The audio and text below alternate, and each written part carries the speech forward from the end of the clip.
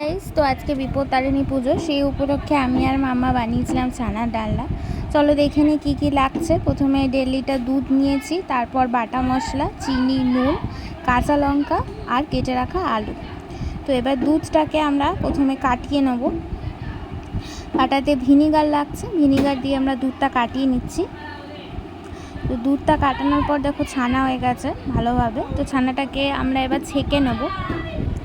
ছানাটা ছেঁকে নেওয়ার পর ছানাটা ধুয়ে নেব, যাতে ছানার টক ভাবটা চলে যায়। এবার ছানাটাকে মাখতে হবে। এর মধ্যে আমরা দিয়েছি লঙ্কা গুঁড়ো, গোটা গরম মশলা গুঁড়ো, জিরে গুঁড়ো, সামান্য চিনি, নুন আর ময়দা দিয়ে এটাকে ভালো করে মেখে নেব মিহি করে।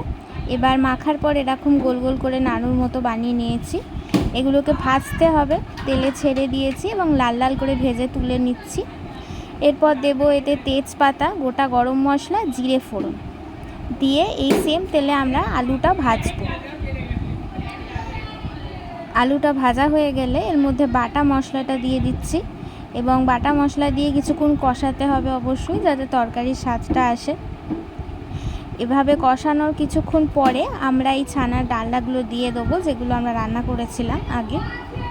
দিয়ে দেওয়ার পর কিছুক্ষণ ফোটাবো এবং সাথে সাথে আমরা ঘি এবং ওপর থেকে গুঁড়ো গরম মশলা ছড়িয়ে দেবো, যাতে স্বাদটা ভালো আসে। তো এই হলো আমাদের ছানার ডালনা। তো আপনারা নিশ্চয়ই কমেন্ট করবেন যে কে কোথা থেকে দেখছেন, আর রেসিপিটা অবশ্যই বাড়িতে ট্রাই করবেন, খেতে খুব ভালো হয়। তো অবশ্যই কমেন্টসে জানাবেন। ধন্যবাদ সবাইকে, আজকের দিনটা ভালোভাবে কাটাবেন।